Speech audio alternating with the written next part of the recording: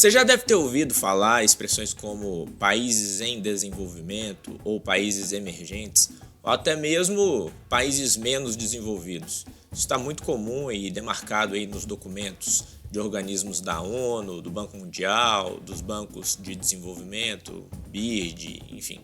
E também, e principalmente talvez, na própria imprensa. Mas você já parou para pensar de onde vieram essas expressões e o significado que elas guardam? E mais, se elas escondem determinados elementos da realidade? Pois é, nesse vídeo a gente vai falar um pouquinho disso. Eu sou Wesley Cantelmo e a pergunta que eu faço para vocês é: para onde vamos?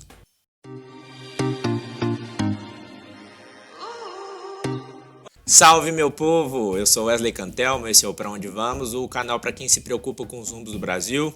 Aqui a gente fala um pouquinho de desenvolvimento, economia e problemas da sociedade brasileira e do mundo também.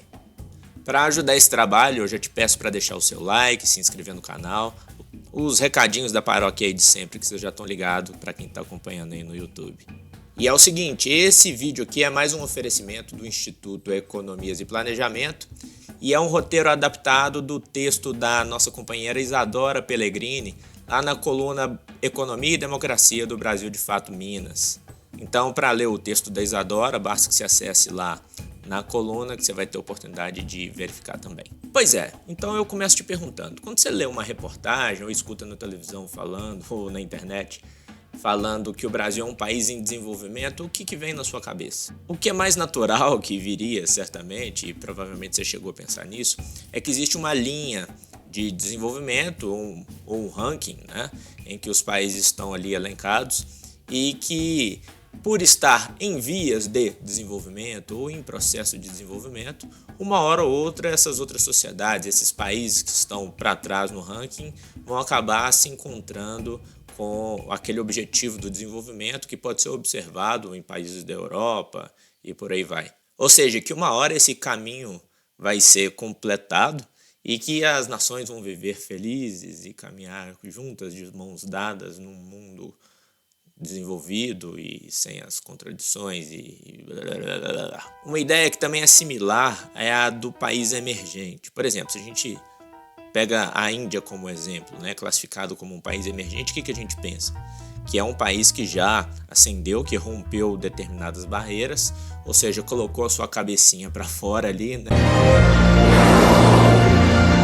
no grande mar, no grande oceano da pobreza e do não desenvolvimento, e que logo estará prestes a assumir posições muito similares a daquelas dos países de referência do desenvolvimento, não é isso? A gente pode utilizar um exemplo da outra ponta desse suposto ranking, né, de nações, de países, de sociedades. Por exemplo, o Sudão do Sul está lá nas rabeiras, né? Portanto, caberia a um país como o Sudão do Sul fazer um dever de casa e ir galgando posições nessa fila aí do desenvolvimento, nesse ranking, até que um dia essa fila acabe porque todo mundo já subiu.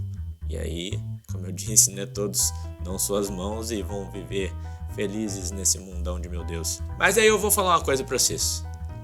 Isso tudo é uma grande bobagem que não tem tamanho. Infelizmente. O mundo é muito mais complexo e dinâmico do que essas visões, esses ranqueamentos, eles nos fazem eventualmente pensar. Em algumas teorias da economia, principalmente dessa economia mais liberal, economia que a gente chama de neoclássica, foi desenvolvida a ideia de convergência, que seria basicamente uma tendência de que as diferentes sociedades se encontrassem naquilo que diz respeito ao progresso tecnológico, ao aquilo que a gente chama de padrões de desenvolvimento. E o que eu vou mostrar é que a dinâmica trabalha para o justo contrário. Primeiro a gente precisa qualificar essa ideia de desenvolvimento e de saída a gente já começa dizendo: não é um processo automático, não existe essa chamada convergência.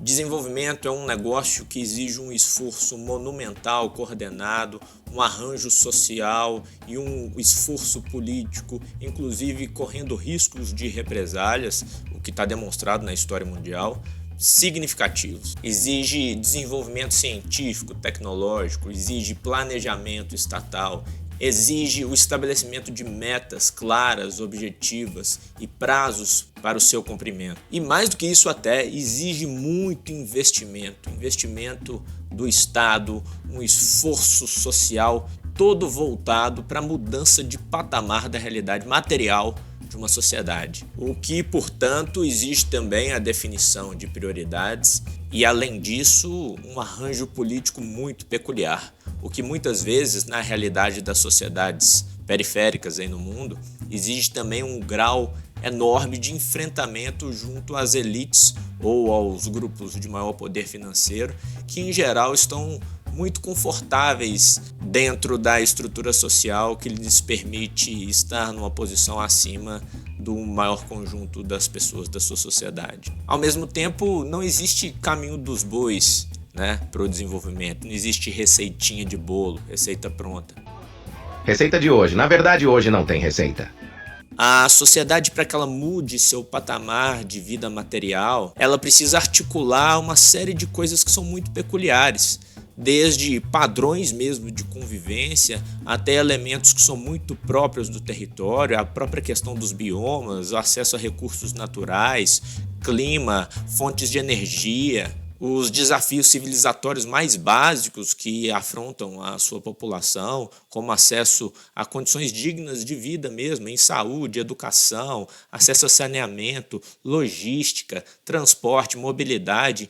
É uma infinidade de questões que precisam ser muito bem administradas e incluídas dentro das metas a serem alcançadas para que a sociedade mude de patamar. O que envolve também questões como circulação de mercadorias, o funcionamento das instituições, o desenho de leis e de padrões sociais a serem respeitados, toda uma forma de organização complexa e que precisa colocar no centro a vida das pessoas. Portanto, isso serve também para a gente desmistificar uma série de ações que a gente observa na história dos países no mundo, e no Brasil é um caso clássico, de questões que são colocadas como pretensamente desenvolvimentistas, mas que estão longe de ser, tão longe de ir no caminho disso que eu estou falando aqui.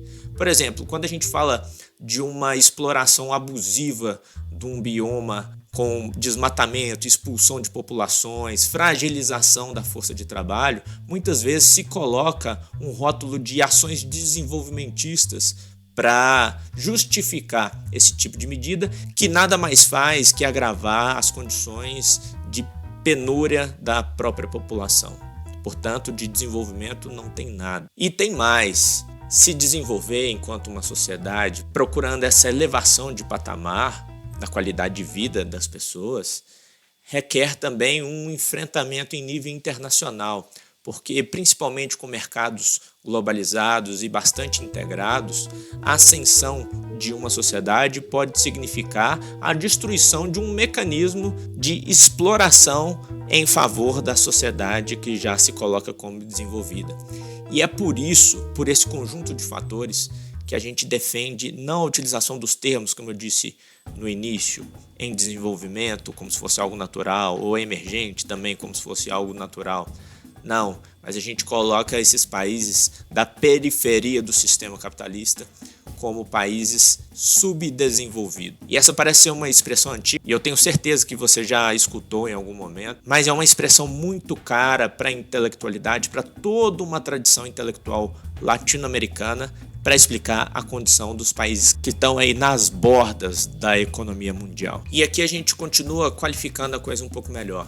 Precisa a gente entender que essa condição de subdesenvolvido, ela faz parte de um sistema, Portanto, ela é a condição daquelas sociedades que estão na periferia, ou seja, nessas bordas do sistema mundial inaugurado pelo capitalismo. Portanto, é uma condição histórica peculiar, muito particular, que funciona produzida pela difusão do capitalismo pelo mundo como um todo, ou seja, saindo da Europa e se expandindo para o restante do mundo. E isso aconteceu principalmente por meio do colonialismo europeu, que se configurou também num mecanismo de imperialismo, a princípio pela sua principal força até final do século XIX com a Inglaterra, e depois já com a ascensão dos Estados Unidos cumprindo esse papel de ponta, de centro de comando de um império capitalista sobre as outras nações, exercendo uma série de constrangimentos ao próprio desenvolvimento, apesar do discurso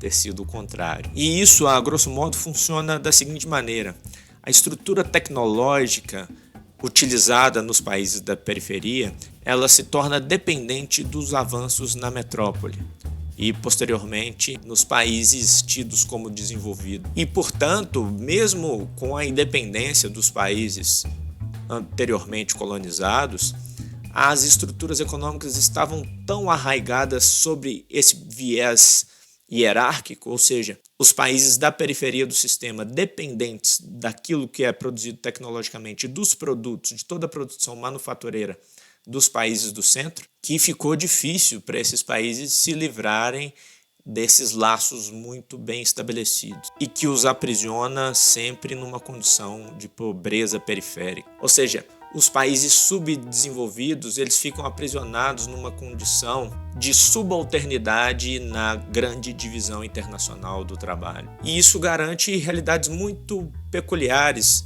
para cada um desses países da periferia. Aqui na América Latina, toda essa complexidade dos países subdesenvolvidos, ela é interpretada por boa parte da tradição de intelectuais e da economia política aqui do continente como uma condição de heterogeneidade estrutural. O que é isso, né?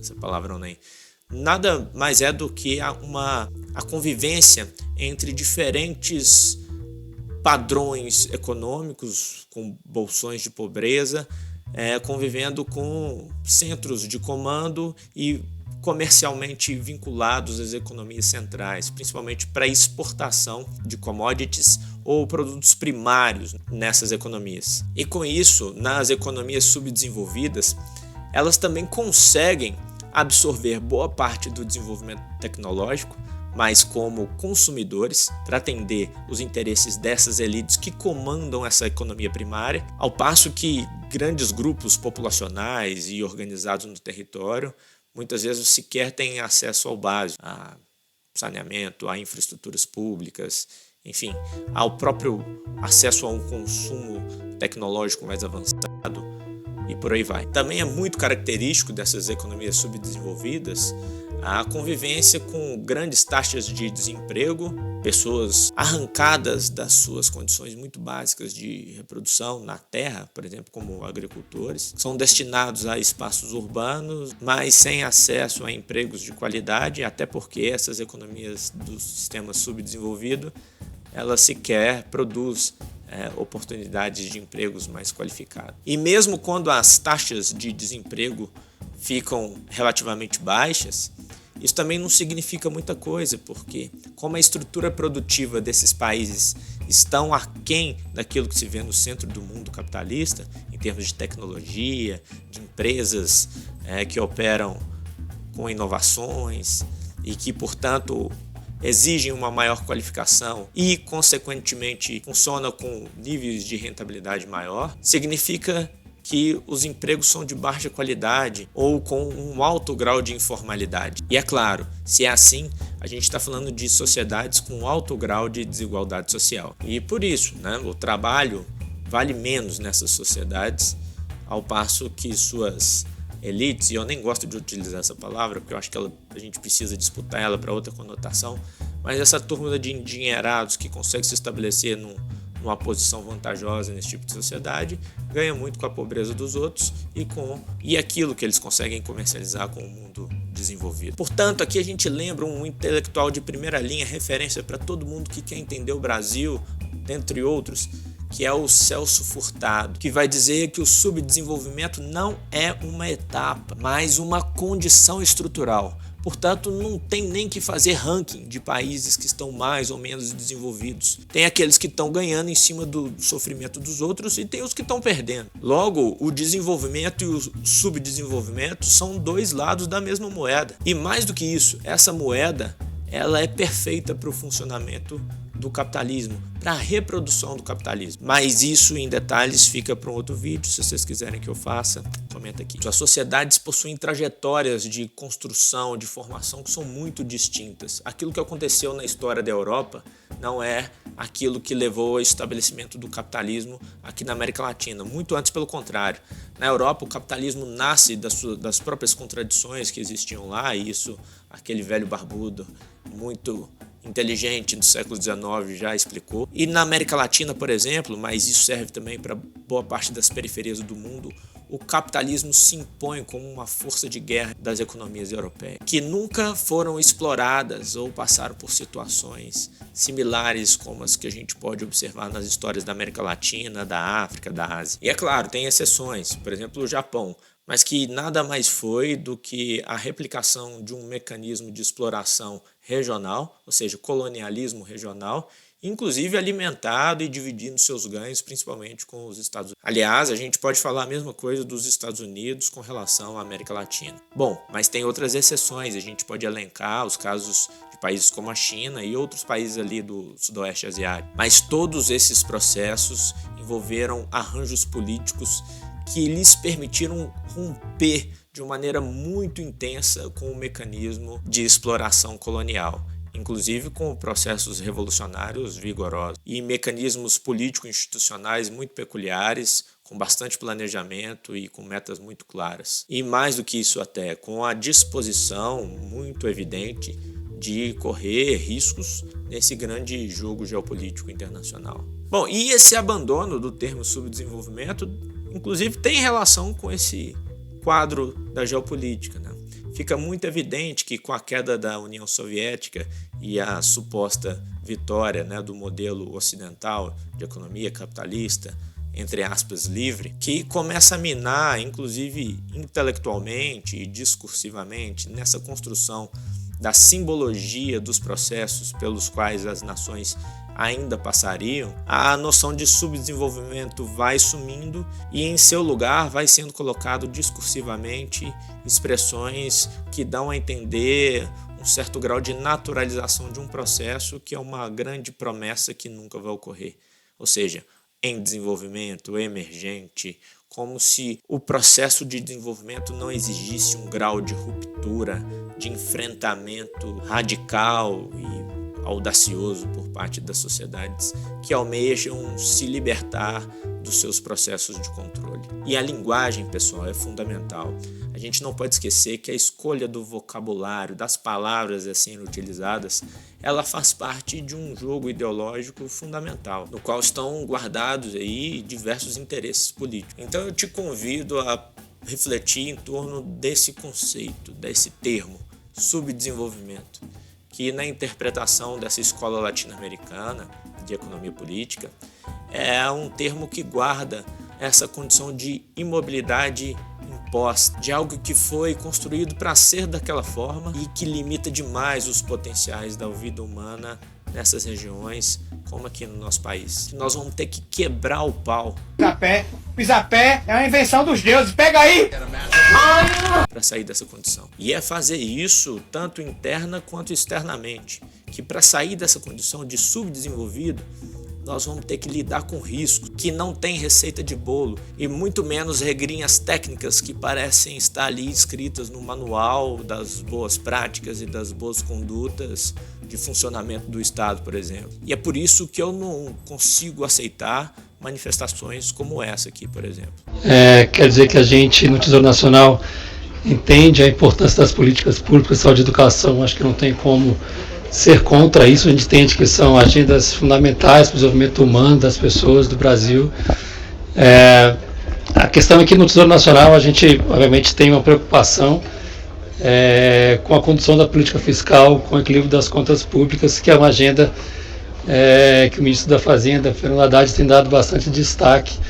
E nessa linha, a questão aqui é que a gente sabe, a gente acompanha a realidade do Brasil, a realidade de outros países que por alguma situação não conseguem equilibrar suas contas, né, que costumam gastar mais do que arrecadam de forma constante, e a gente sabe que um cenário como esse acaba levando a um crescimento do endividamento público isso leva a algumas consequências desagradáveis e ruins para a economia. Tudo aquilo que vai contra os interesses do povo dificulta a ruptura com o quadro de subdesenvolvimento. Mas isso é possível para o Brasil? Porra, claro que é. O Brasil é um país enorme, é um país que congrega uma série de sociabilidades e, portanto, de criatividade incomensurável no mundo inteiro. O Brasil conseguiu já fazer coisas que surpreendeu o mundo inteiro. O Brasil saiu da década de 30 como um país estritamente rural, explorado por meia dúzia de elites para fazer um dos processos de industrialização, cheio de contradições, é claro, mas um dos mais vigorosos do mundo. O Brasil consegue fazer muita coisa. O Brasil consegue romper com esse subdesenvolvimento, mas a gente precisa correr os riscos necessários. Agora, esses potenciais do Brasil também são vistos pelos outros. Então, o que não falta são interesses aqui para se sobreporem aos nossos. Então, o jogo internacional é pesado. E a escolha de uma linguagem suavizada, naturalizada, muitas vezes nos deixa mais distante de alcançar esse grande objetivo aí do desenvolvimento.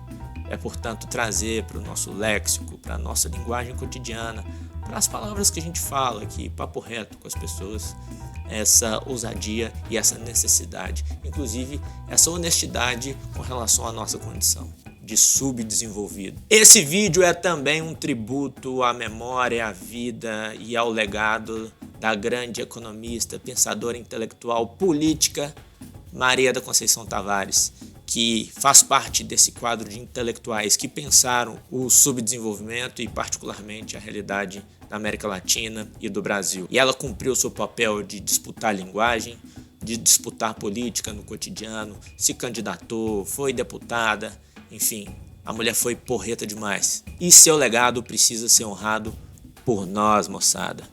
É isso aí, meu povo. Se gostou, deixa seu like, se inscreva no canal, comenta aí o que você achou, vamos debater um pouquinho. Até a próxima. Um beijo. Valeu.